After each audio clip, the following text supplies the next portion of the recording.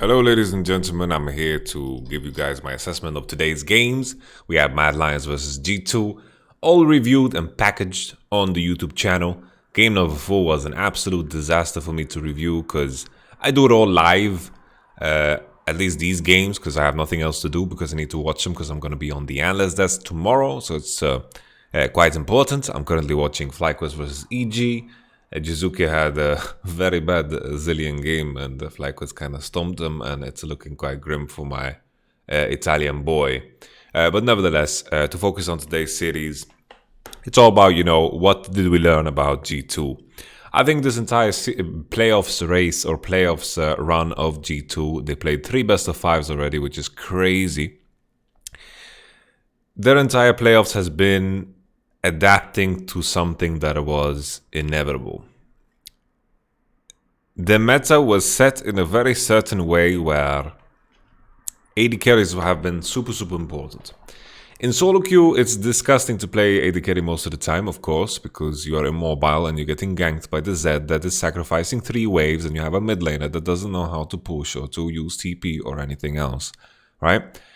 That sucks, but in competitive play it's very different. The most powerful champions in the game right now are the bot laners. The supports are very strong, the AD carries are very strong, and they can impact the map in a super good way. You have the dragon that is around bottom, you have the Rift Herald swap that can always be done. If you have bottom prio, when I'm thinking about the champions, I'm thinking about Kalista, Misfortune, Varus, Senna, Ezreal Yumi, Aphelios. Of course, some of these can be played in solo queue, but some less so because of the aforementioned issue. So the thing is, when we look at Caps and his performance throughout the regular splits, it wasn't necessarily that he was bad. He was good. In regular split, people were shocked that he got 3rd place. Very shocked. But in reality, the shocking part is the short-term memory of everyone. That Caps, played a bad best of 5, and all of a sudden now he is the worst AD carry to ever grace the presence of Summoner's Rift. In honesty, he had a very poor showing against Mad Lions, and G2 as a whole had a very poor preparation. Coming into the best of 5 against Origin, they had better preparation and figured out how they want to play in the meta. They understand where they're supposed to slot in the tanks, they understand how to draft good 2v2s, they understand how they need to approach the bot lane too, and they showcased some of that in Origin, with some tendencies still to get caught.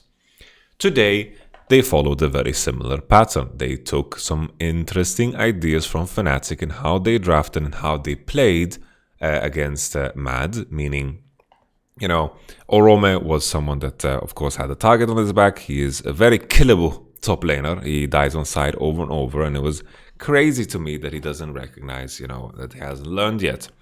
And this is something that G2 used, that they could patiently just target Orome within the game. This is something that Fnatic did too. Draft-wise, a lot of bans towards bottom, and the key thing is that, G2 managed to figure out. They played Kalista today, they showed Vayne into the Ezreal, good preparation when it comes to bottom side. In the best of 5 against Mad Lions, it just didn't seem like they had prepared the right way. They had the Ziggs, they had the Syndra, champions that, probably Caps had in his back pocket. He still hasn't showcased Talia yet in playoffs with the Pantheon, but Pantheon is something that is receiving a lot of bans. The key takeaway for me is that G2 is still sloppy. G2 is still sloppy. They managed to get caught. Wunder gets caught on side. I think in terms of comparing their level in the first best of 5 against Mad Lions, I still feel the key difference is that G2 are actually playing with intent, meaning that they are not just taking fights just to take fights, they're actually choosing carefully what they want to approach and attack. Meaning, our win condition is bottom side, we're going to, approach that in a very specific way, deliberately play in a way where our top lane is safe side and so forth, meaning that there is intent in their actions. In the first best of 5, I think fights were just taken out of almost frustration, or maybe through cockiness. There wasn't, that much thought process behind some of the fights and engagement that they were taking. They were supposed to play through one side of the map because they're stronger there. Instead, chose to go into bottom side where they were weaker, and then inherently also just threw the game. They lost the game today against Mad Lions, and that was a very crazy situation. You know, there was the Ezreal getting super fed on bottom side and then transitioning that to a point in the game where everything was over.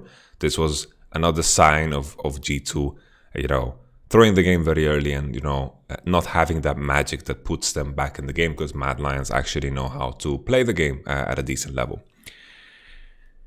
And that brings me, you know, to the series of them facing against Fnatic. I think the story of G2 throughout playoffs has been they have been playing catch-up. They've been playing catch-up to the meta through the last weeks of playoffs. They've been figuring out how to play bot lane over. And I think right now it's a bit too late for them to, you know, be as good as a Fnatic that has figured this out for a very, very long time. And this was something that was naturally going to happen with, of course, Caps going into bottom. But I think the game shifted in a way which made bottom the most important part of the game. And I think this was something that was more and more true as teams became better and better.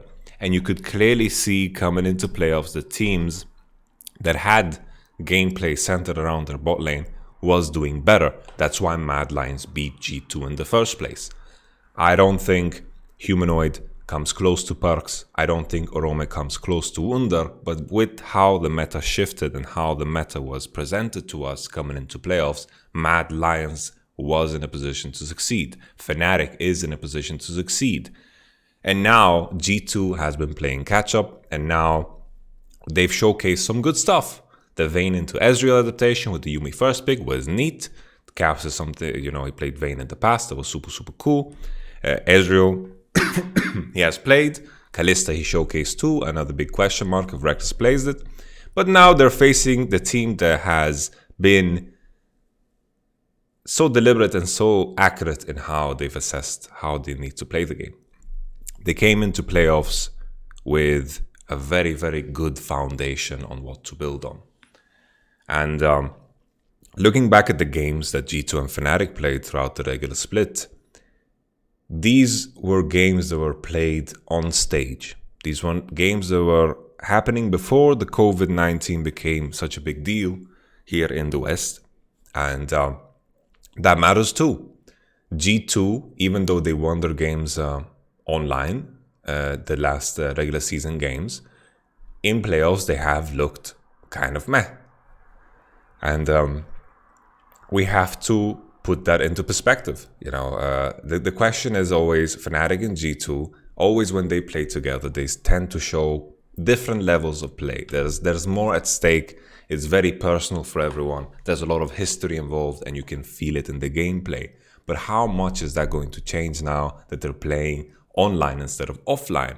Because if I compare these two teams and the track records of their games while they've been playing online, Fnatic looks much better. In playoffs, Fnatic looks much better. If I want to look at the key strength of G2 coming into this best of 5, I think is their 2v2 mid. Jankos and Perks are very precise in the way they play, but Perks, in comparison to regular split, I think in playoffs has been sloppy every now and then. His Zillion looked sloppy. Kalista against Cassiopeia looked sloppy. He had some moments which were uncharacteristic because Perks usually plays with such precision. But this might be completely dispelled once again when Perks plays against Fnatic in the final, because Perks is a player that delivers. A lot of question marks in terms of how the players are going to be in this big game, because there's a lot of psychological aspects at play, right? Because it brings me to Nemesis. You know, Nemesis, I think in playoffs has been the best performing mid laner. I think Perks was the best in the regular split, and I think, you know, on paper Perks is supposed to look better, but in the best of 5s that were being played by both G2 and Fnatic, I think Nemesis looks like the stronger player. I think Jankos and Perks look like the stronger duo, and I think this is the biggest strength coming into it, and we're hoping for Perks to kind of bust off with that star power. He's always popping off in key moments, the same way you would view Reckless. You know, the more intensity and the more pressure there is, they seem to just shine more like diamonds, you know, and this is something that is going to matter, and we can't really judge a Perks performance up until that point in time, Because it was very similar, with Perks when he played a best of 5 against Splice, and we took it to 5 games, and Senkus was doing super well against him. And then it went to 5 games, and then in the rest of playoffs, it was kind of like a wake-up call for Perks, and he kind of leveled up and realized what he needed to do. And this could be the type of call to action, right? Fnatic as a whole, I think Bwipo has performed better than Wunder. I think, he found his footing better, and a lot of things that I think Wunder put time and effort into is no longer relevant.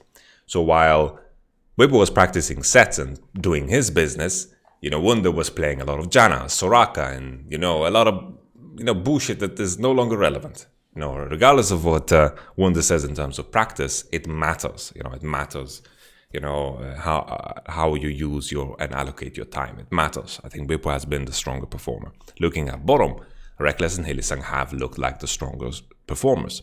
But then we've looked at the game specifically between G2 and Fnatic, you couldn't really tell, right? In the 2 games in regular split, you couldn't really tell. Caps was doing super well, one Senna game, one Ezreal game, and then we had that whole bottom situation. Reckless probably had his worst game of the season against G2 specifically, where he was getting caught on failures over and over. So what is my conclusion? I can talk and speculate forever here in this video. What is my conclusion? G2 ramping up, doing better and better, but I don't think good enough coming into Fnatic. Another thing is, they just played the best of 5 and they put all of their cards on the table. If they have more in their pocket, kudos to them, because I'll be goddamn impressed if they have more. Back-to-back best of 5s, very, very difficult. But G2 have done it in the past when they qualified to the World Championship, right? When they won the whole regional qualifier back in 2018. That was a thing of beauty. But now Fnatic got to study them, got to watch them, and Fnatic's form just looks better. And then the question is, online, can G2 improve enough? I think G2 have improved over these weeks of best of 5s, but they started at a very, very low point because everything came as a shock to them. We heard from Jankos that he felt like the team was too cocky coming into playoffs, and the reality check is difficult to balance out, but I definitely want to respect the progress G2 has in terms of trying to master this way of playing bottom in such a short amount of time. A lot of Drake focus in this best of 5 against Mad Lions and Origin. Very, very positive. Rift Herald swaps and being aware of each other and being patient and waiting for key moments. Things that were missing when they played against Mad Lions that Fnatic showcased. But all of these things, and when we talk about progress and growth, this is something that Fnatic has had the entire time. Fnatic has been the staple of European League of Legends this playoff, and G2 have things to prove. But I leave with the notion that we all know that G2 versus Fnatic gets really goddamn spicy every goddamn time. Last time they faced off against each other in a best of 5, it went to 5 games and things happened that we didn't expect. Nemesis outperformed Caps in the laning phase. Caps had a hard time adjusting, but then when he went to the World Championship, he was insane, right? It's all about the matchup and how the players perceive it, and I think it's going to be super interesting to see, because I think we will recognize very quickly that there's a lot of things at play. I do have to say that on paper, Fnatic looks very, very favored. Very, very favored. But paper burns. And in this matchup, it's hard to make a prediction because G2 might come in with an insane form. Fnatic might have worse form or better form. Maybe they have too much pressure in the match or something. Maybe online is just so good for Fnatic. Maybe Fnatic is just too insane online and G2 struggle online. Because all of the matches we've seen between Fnatic and G2 have been offline. So there's a lot of speculation, but I'm going to put 3-2 Fnatic on the table. I think Fnatic just seem to be in the right groove. I think the only big strength G2 have is stronger 2v2 mid. I don't know if that's enough. I think Bwipo is performing super well. I think Selfmade's performing super, super well. Fnatic as a team is playing super well. Even if they're behind, they are very tough to beat. They don't make the same sloppy mistakes that G2 do at some certain points in the game. And when the enemy does them to Fnatic, they eat you alive. They eat you alive. And I think if we compare them, if compare them pound for pound, I think Fnatic looks better, but we don't know. So I leave you with that 15 minutes of just question marks. But today's series was interesting. Mad Lions put it on the table, but I didn't think, you know, they couldn't really adjust that much in so many, in just a week. And G2 have adapted super much, but winning back-to-back best of fives is super hard. So I think Fnatic win. Cheers. All the best to you, and sneeze. Don't sneeze. I wanted to say bless you, or bless your face. It's a long day. Jesus Christ. Bye-bye.